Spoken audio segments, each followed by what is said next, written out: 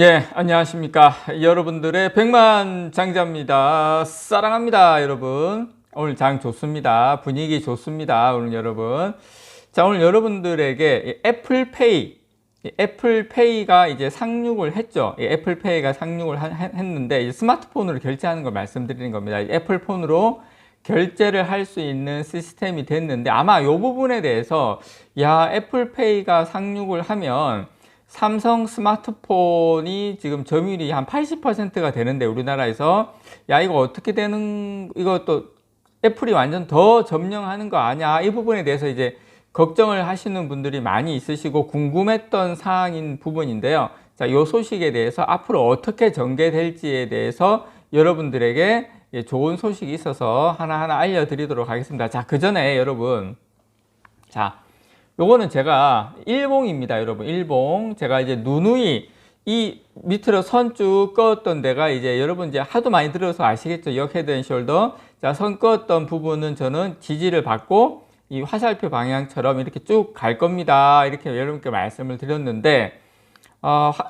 줄 끄는 데까지 내려갔을 때만 해도 사실상 좀 더 깨고도 내려가는 거 아니냐, 우울한 분위기가 좀 있었지만, 아니나 다를까. 지금 이제 정말 V자 반등 강하게 나오고 있는 모습입니다, 여러분. 저는 장기적으로 여기서는 이제 여러분들께서 이제는 계속, 물론 중간중간 흔들림은 있겠지만 계속 가기 때문에 여러분께 이제 좀 부탁드리고 싶은 건 뭐냐면, 자, 이제 지금 가지고 계시고 제 영상을 보시는 분들은 최소한 언제까지, 연말까지는 한번 들고 가보자. 어떤 일이 일어나는지 한번 보자. 라는 거 여러분께 말씀을 좀 드리고 싶습니다. 자, JD넷 코리아에서 나온 거고요. 자, 애플페이 한국 상륙해도 삼성 스마트폰 독주 유지 전망, 이런 뉴스가 떴습니다. 자, 일단 요 그래프를 한번 보시면, 이 그래프가 뭐냐면, 자, 애플페이 도입 이후에 애플페이를 2016년도에 도입을 했어요. 일본하고 중국. 도입한 지 뭐 거의 한 6년 정도 되죠. 자, 스마트폰 도입 이후에 중국하고 일본 내 애플 스마트폰 시장 점유율 변화 추이인데, 사실상 큰 변화는 없었다라는 겁니다. 자, 일단 우리나라 같은 경우에 현재 삼성전자는 국내 스마트폰 시장을 한 80% 이상 점유를 하고 있습니다. 애플의 점유율은 지금 한 20%가 조금 안 돼요. 그래서 이 시장조사업체 카운터포인트 리서치는 오늘 이미 보편화된 결제 수단이 있는 상황에서 애플페이 도입이 스마트폰을 바꾸기 위한 큰 동기부여가 되긴 어렵다, 그렇게 지금 판단을 하고 있는 것 같아요. 당연히 해외 사례도 그렇고, 그리고 현대카드를 발급을 받아야 되거든요. 물론 기존에 있는 분들은 호환해서 쓰면 되지만, 새롭게 현대카드를 발급을 받으면서까지 애플페이를 사용하고자 하는 사람은 많지 않다. 저는 이게 이제 가장 큰 걸림돌이 되지 않을까, 그렇게 생각을 합니다. 그래서 이 카운터포인트 리서치는 애플페이를 앞서 도입했던 이 일본과 중국의 예를 들었는데요. 2016년 이후에 일본과 중국의 이 애플의 스마트폰 점유율 변화가 상당히 제한적이었다, 그걸 좀 알 수가 있습니다. 일본의 경우에 지난 2016년 55%였던 애플의 점유율이 애플페이 도입한 다음에 오히려 한 50%대로 줄었어요.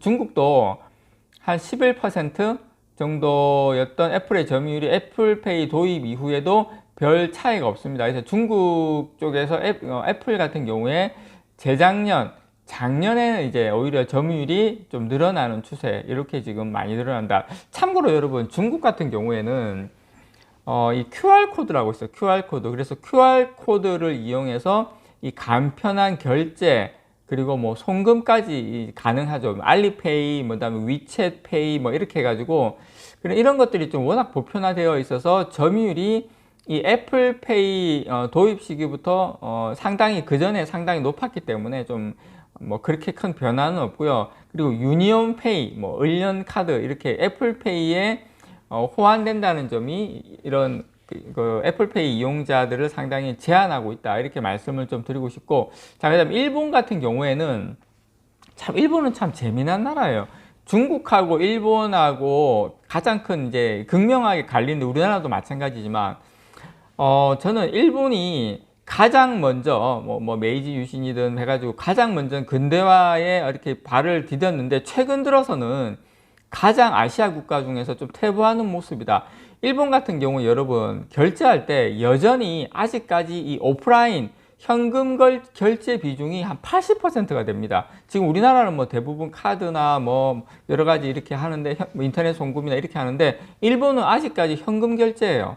그리고 뭐 가면 아직 도장 문화도 그대로 있고, 그래서 상당히 좀 이런 부분에서는 뒤처진 상황이다. 그래서 이 간편 결제 시장에서는 뭐 페이팔이나 뭐 라인페이가 수수료가 없고 마일리지 사용이 편하다는 점을 내세워 애플페이를 오히려 추격하고 있는 간편 결제 시장에서는 뭐 그런 상황, 전혀 애플페이가 먹히지 않다. 그래서 두 나라는 이 애플페이 도입 이후에 애플의 스마트폰 시장 점유율은 크게 유의미한 변동을 보이지 않고 있고요. 자, 애플페이의 도입 여부보다는 이런 뭐 새로운 모델의 디자인, 그 다음에 뭐 성능, 뭐 카메라 성능, 뭐 이런 거, 그런 거에 따라서 성장 또는 감소했다라는 거. 뭐 그래서 애플페이가 이 두 시장에는 큰 영향을 미치지 않았습니다. 그래서 이 카운터포인트는 앞선 사례를 이유로 이제 국내에서도 이 애플페이가 도입이 되더라도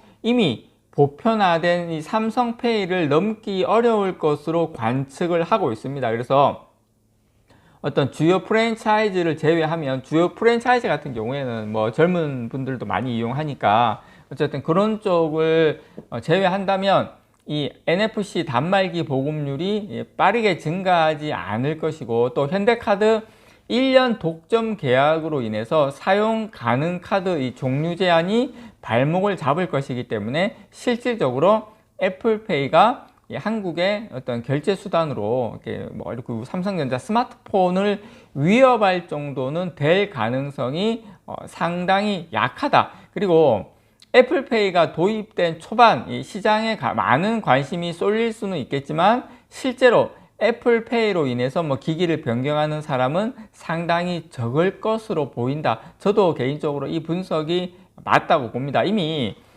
삼성페이가 보편화된 상황에서 애플페이를 사용해보고 싶다는 뭐 이유로 기기를 변경하는 소비자는 많이 없다. 아니, 제 개인적인 생각에는 거의 없다. 저는 이렇게 여러분들께 말씀을 좀 드리고 싶습니다. 사실 저는 개인적으로 삼성페이도 쓰고 있지는 않아요. 그냥 이제 저는 뭐 스마트폰으로, 아니, 그 카드로 결제하거나, 아직까지 제가 뭐 올드해서 그런지 모르겠지만, 아니면은 그냥 그 인터넷 송금 있지 않습니까? 바로 그 자리에서 현금 없을 때는 뭐 그렇게 결제하는데, 아마 애플페이 말씀 이야기도 많이 들으셨을 거고, 이 부분에 대해서 약간, 야, 이거 도입되면 삼성전자 조금 큰일 나는 거 아니야 하고 조금 약간 그런 어떤 두려움이 있으셨을지는 모르겠는데, 이번 영상으로 그 부분이 확실히 해소가 됐을 거라고 생각이 듭니다. 자, 오늘 삼성전자 파이팅입니다. 이상 여러분들의 백만장자였습니다. 사랑합니다, 여러분.